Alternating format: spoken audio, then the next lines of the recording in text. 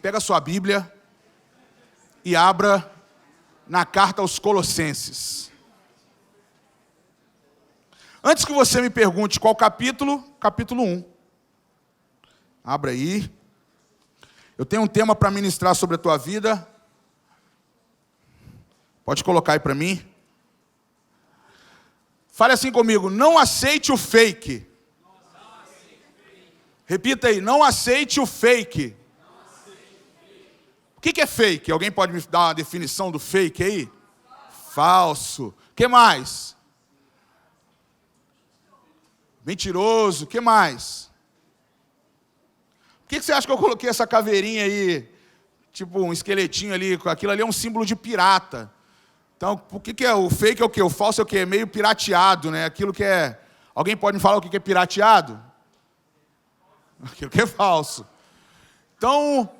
Eu quero ler um texto com você na Bíblia, de Colossenses capítulo 1, versos 13 até o 23, e eu quero só deixar uma verdade hoje para você, eu não vou estender muito essa palavra, mas é algo que Deus tem ministrado no meu espírito já há alguns dias. Eu tenho estudado um pouco sobre apologética, sobre defesa da fé, e um pouco não, né? Eu já tenho vindo já há 2 anos estudando sobre defesa da fé, porque Deus tem me incomodado muito como a nossa geração, ela é uma geração que tem uma dificuldade muito grande de reconhecer a nossa fé diante da parte pública onde nós estamos. Às vezes a gente está num meio que não seja o meio da igreja, e aqui às vezes a gente defende muito bem a fé, a gente ora, a gente levanta a mão, a gente faz algumas atitudes do cristão, mas quando a gente está na cidade, quando a gente está em algum lugar, a gente se omite, a gente fica muito quietinho, a gente não tem um comportamento como deveria de ter uma postura cristã. E às vezes isso se torna um pouco um cristianismo meio falso. E aí as pessoas tendem a olhar para nós e falar assim, será que esse jovem, essa jovem realmente reconhece Jesus? Será que ela representa Jesus hoje mesmo? Você já parou para perguntar para si mesmo se você representa bem Jesus hoje? Então eu quero fazer uma leitura de um texto que ele é muito direto, falando sobre a supremacia de Cristo, da pessoa de Cristo.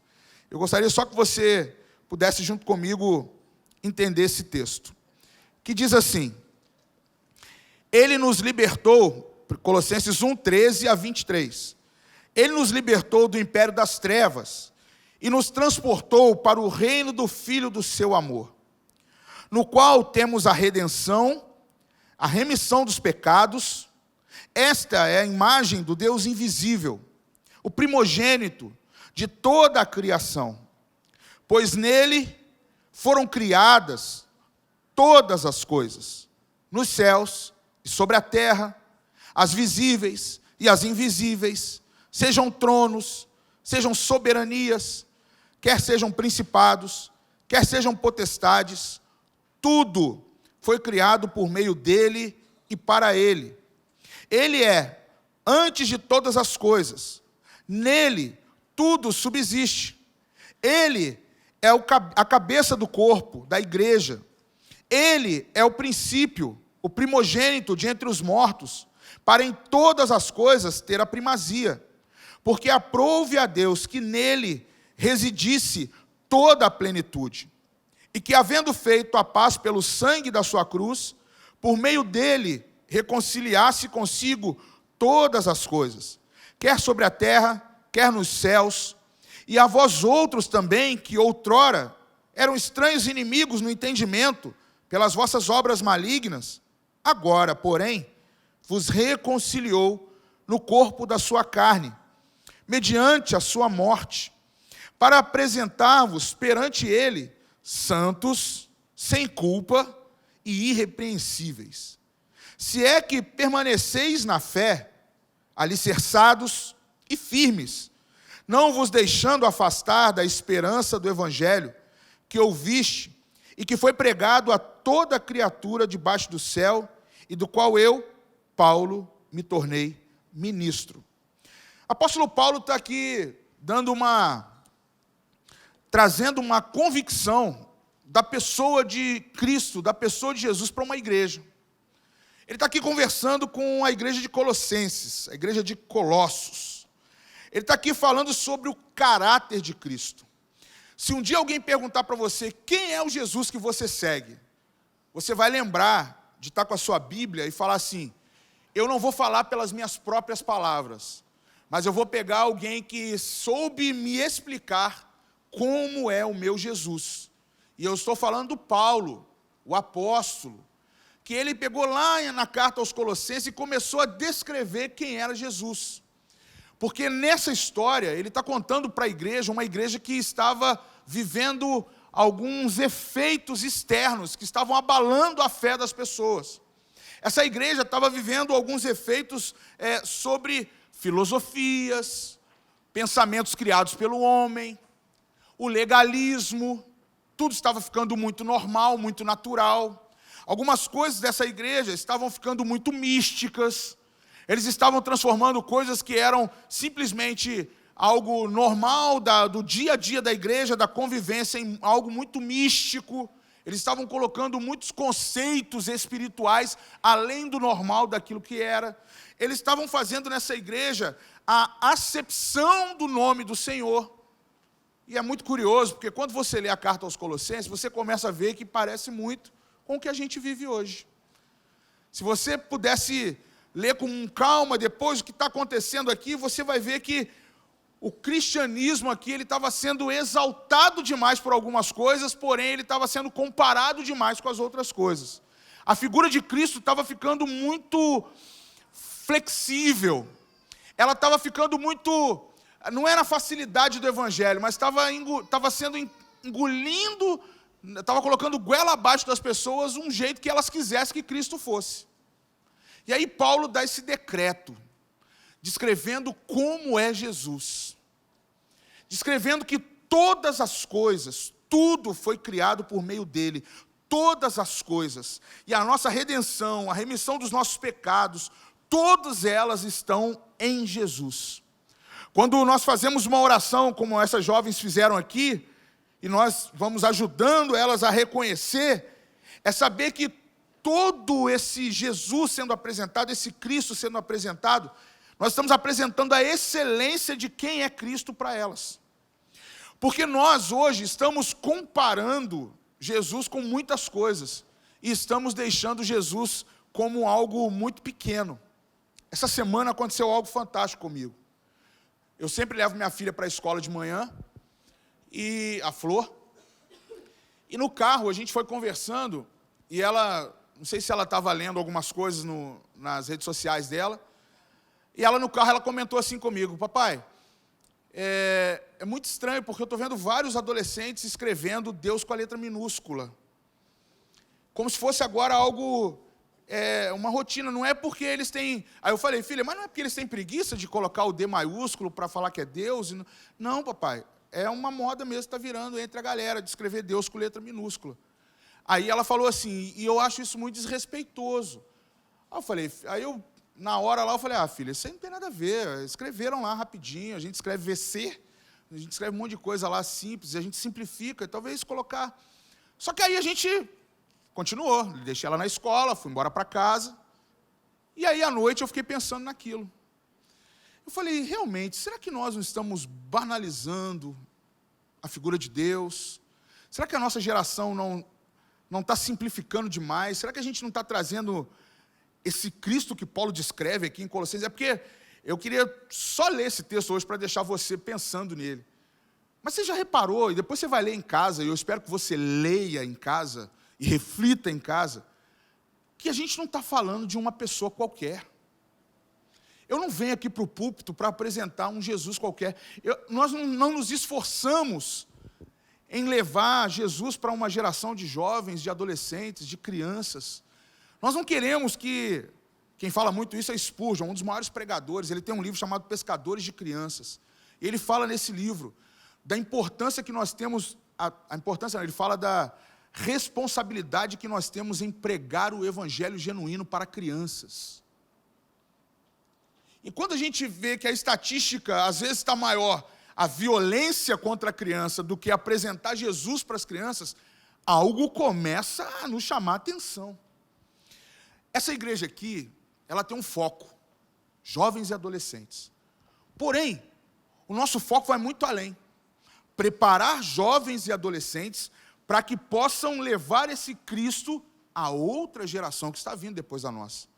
Sabe o que é a dificuldade nossa? Assumir responsabilidade, porque a gente sabe que é um peso muito grande ter que levar Jesus na vida de outras pessoas. Às vezes a gente coloca algumas intempéries, a gente coloca alguns desafios, a gente coloca alguns obstáculos. Minha geração não quer ouvir, a minha geração não quer saber de igreja, a minha geração não quer saber de estar ouvindo o Evangelho, ouvir Bíblia então, porque a cultura relativizou, colocou o livro como um livro que é um livro qualquer, está colocando Deus como um Deus qualquer, está colocando Jesus como um Jesus qualquer. Por isso que a gente às vezes se espanta ainda quando alguém fala que foi curado por algo, que alguém teve um livramento de morte. E a gente às vezes entra na dúvida, porque a nossa fé ela está hoje quase que conectada com a cultura que a gente vive. A cultura hoje quer minimizar Jesus, quer minimizar o nome de Deus. Você está entendendo? Eu estou pegando o gancho da fala da minha filha no carro. Papai, meus amigos estão escrevendo Deus com letra minúscula. Para ela ali, aquilo foi gritante. Hoje ela não está aqui, ela está no aniversário. Aquilo para ela foi gritante. Ela falou, como assim? Eu falei, filha, eu não sei, eu acho que é normal isso. E olha que eu já preguei uma vez sobre a normose, sobre uma doença detectada em 2007 pelos cientistas,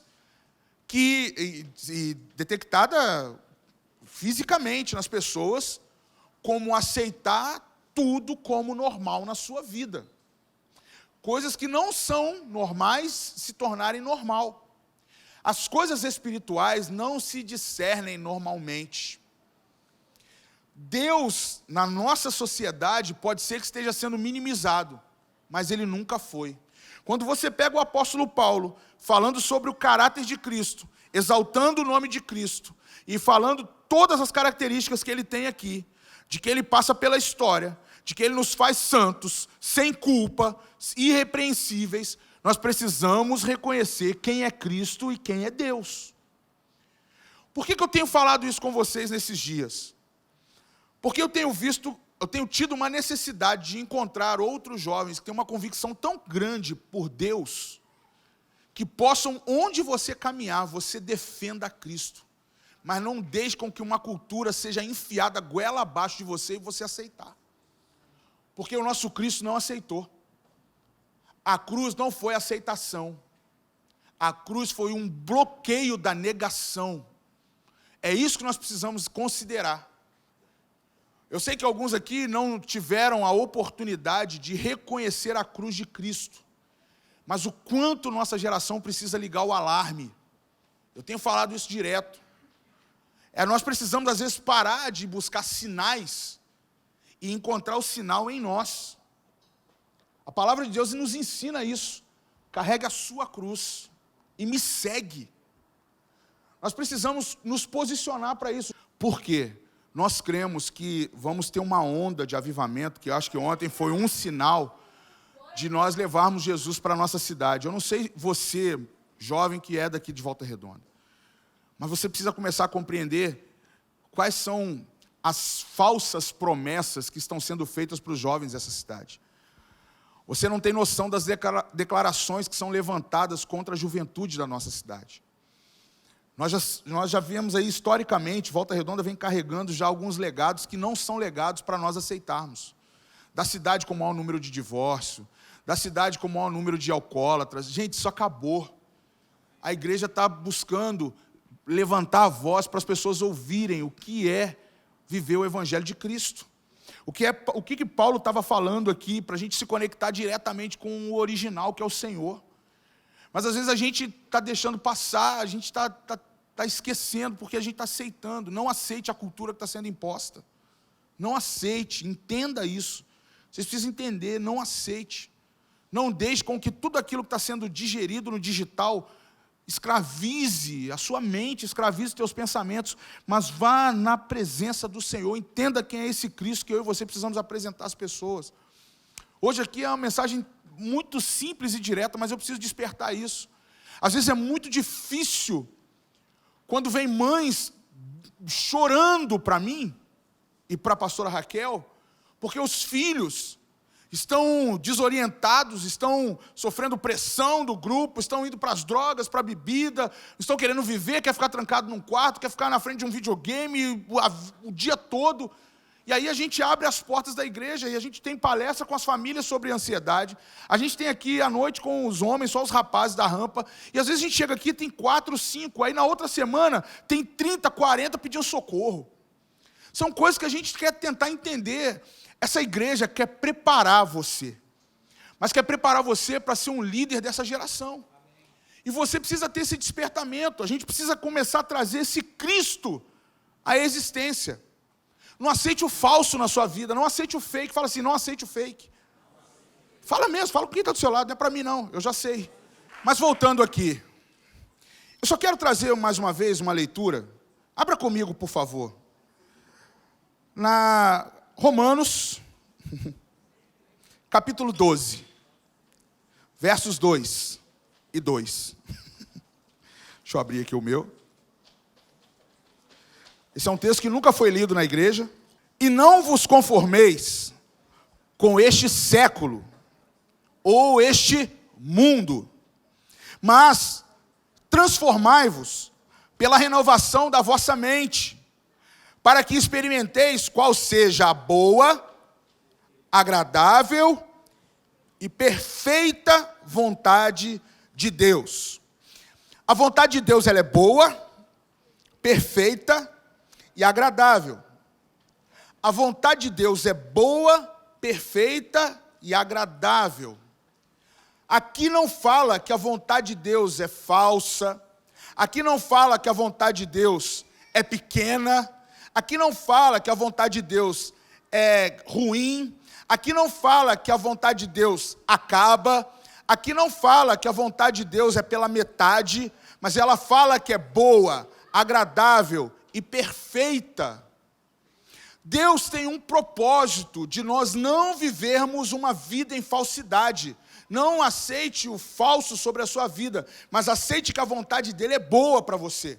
Aceite que a vontade dele é agradável. Aceite que tem uma perfeita vontade sobre a tua vida. Enquanto nós não digerirmos essas características da vontade do Senhor, nós não vamos compreender o que Deus quer para nós. Sabe qual é a maior crise que o jovem passa? É não saber qual é a vontade de Deus para a vida dele. A gente conversa com vocês, bate papo, marca café, gabinete, e aí conversa, ouve seus dilemas, no final chega o quê? O que você quer fazer? Ele, eu não sei. Na presença de Deus você quer fazer o quê? Eu não sei, pastor, eu não sei meu chamado, eu não sei minha vocação, eu não sei o chamamento que o Senhor me deu, eu não sei para que serve o discipulado na minha vida, eu não sei o que eu estou fazendo na igreja, eu não sei. Mas é porque nós engolimos circunstâncias muito falsas sobre a nossa vida. Mas a vontade de Deus é muito boa, é perfeita. O mundo não. O mundo aqui, ele quer enquadrar você. Mas o texto fala para você não entrar em conformidade. Ele fala para você não aceitar. Não aceite aquilo que vai te conformar com este século. Mas seja transformado, transformação, renovação, mente mudada, mente que não aceita o mundo. Mente que não aceita as circunstâncias atuais, mente que não aceita os dias de hoje, mente que não aceita as mentiras que jogam sobre você. Mas nós precisamos entender, Senhor, como eu recuso esse mundo? Eu preciso primeiro aceitar qual é a boa, perfeita e a vontade de Deus, que é agradável para a minha vida. E aí eu te pergunto, você já fez essa pergunta para Deus? Qual é a tua vontade para mim, Senhor? Qual é a tua vontade para mim? O que é bom para o Senhor que vai ser bom para mim? O que é agradável para o Senhor, que é agradável para mim, mas não, Senhor, eu acho isso aqui agradável, o Senhor tem que aceitar aí, vamos procurar na Bíblia onde tem aí que é agradável fazer isso. Não é assim, é o inverso. Só que nós estamos nos tornando pessoas que estão aceitando aquilo que não é a vontade de Deus. E quando não é a vontade de Deus, nós fazemos com a vontade própria.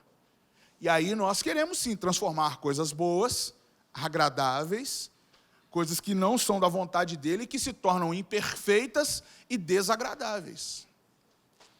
Conversa com um jovem que está passando um perrengue com o Senhor. Conversa com um adolescente que está passando dificuldades com o Senhor. Conversa com um amigo seu, uma amiga sua, que está passando por uma luta que não foi o Senhor que colocou na vida dele ou dela. Porque a palavra de Deus ela é clara. Não vos conformeis com este século, este mundo, mas seja transformado. Na King James fala, e não se amolde ao sistema deste mundo, mas seja transformado pela renovação da sua mente, para que você experimente. Sabe o que está descrevendo aqui? Não é obrigatório. Você só tem que experimentar. Sabe o que até isso eu acho que se tornou uma aceitação fake para nós. Ninguém impõe nada da vontade de Deus na vida de nenhum jovem. A igreja não tem esse direito.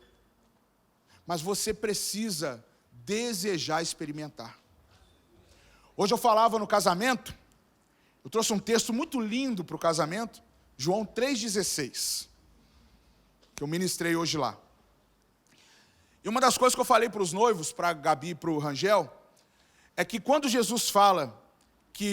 a Bíblia fala que Deus amou o mundo de tal maneira que entregou o teu Filho unigênito, para que todo aquele que nele crê não morra, mas tenha a vida eterna, eu estava dizendo que aquele texto, ele salta 3 ações para nós ali. Deseje algo. Deus desejou entregar o Filho dele para nós. Então Deus ensina, deseja o que é certo, mesmo que você tenha que fazer um sacrifício. Posso falar uma coisa para vocês? Nós precisamos ser uma geração de sacrifícios. Se você quer conquistar uma pessoa, você paga um preço.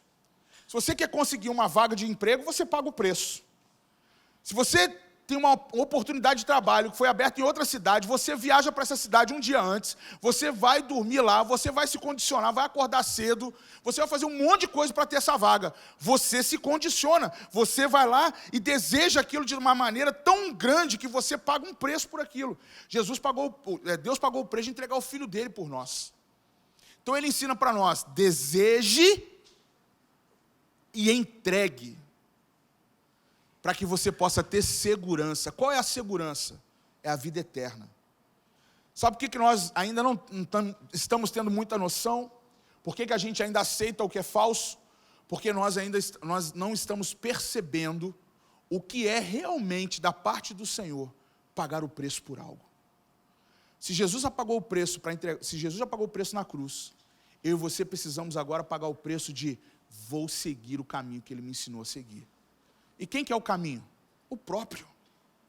Então, gente, só para a gente concluir, não aceite o falso, não aceite circunstâncias que vão parar pela metade na sua vida. Às vezes você chega num culto como esse de hoje, e você às vezes estranha que aconteceu algo diferente, alguns saem frustrados, alguns saem daqui, não, eu vim para o culto. Por quê? Porque nós estamos amoldando o formato de igreja nos dias de hoje. Nós hoje vamos nos adequando àquilo que é necessário para nós.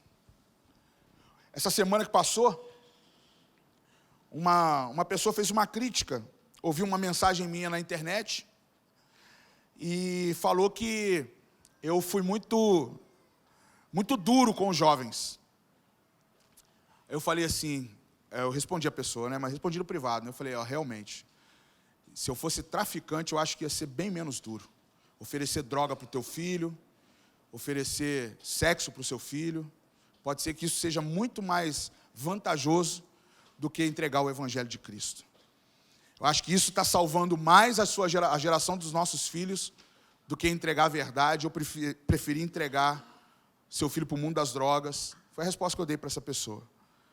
E eu falo assim, eu vou ser duro, porque eu não quero que minhas filhas paguem o preço pela minha omissão nos dias de hoje. Essa palavra está lá no Encontro 120, onde estão os avivalistas. Quando você for lá no encontro, você vai ouvir essa palavra lá falando para você. Não se omita nos dias de hoje. Vou falar uma coisa para vocês para encerrar essa palavra aqui. Não se conforme com esse mundo. Você tem que pregar o Evangelho. O Evangelho são as boas novas de Cristo para a nossa geração. Você não vai encontrar isso numa boate. Ninguém vai pregar o Evangelho lá para você. Só o João Ferreira, que está lá em Portugal agora. Você não vai encontrar isso nas urnas no dia da eleição. Mas deixa eu falar algo para vocês. Não se conforme com uma pregação do pastor assim. Não se conforme com esse mundo. Não deixe que essa geração pague um preço da nossa omissão. Nós fomos chamados para a grande comissão. Ninguém tirou o C da palavra comissão. Ninguém te chamou para ser omisso. Ninguém te chamou para aceitar a falsidade que estão tentando imprimir nos jovens hoje. Gente, nós estamos na era das falsas notícias. Tudo hoje pode se tornar uma grande mentira para te colocar num lugar onde você não pode sair. Muito cuidado. Eu lembro que há 10 anos atrás, eu ministrava uma palavra sobre mentiras, sofismas, numa conferência de jovens do Projeto Vida. E eu apresentava um vídeo de um jovem que ele se passava por alguém que estava com câncer, numa grande igreja do mundo, que era a Hillsong, e ele pregou para muitos jovens durante muito tempo. Até que um dia ele pregava todo entubado, com um cilindro. Até que um dia descobriram que era tudo mentira. Aquilo foi a primeira fake news que eu vi da igreja. Só que nós temos a possibilidade de, hoje, ser a geração que mais prega a verdade nesse tempo. Se na igreja aconteceu isso, lá fora é entregue gratuitamente para você. Então, principalmente os mais novos, veja qual é a fonte. O texto que eu li de Colossenses está mostrando qual é a fonte que eu e você precisamos buscar. Se chama Cristo.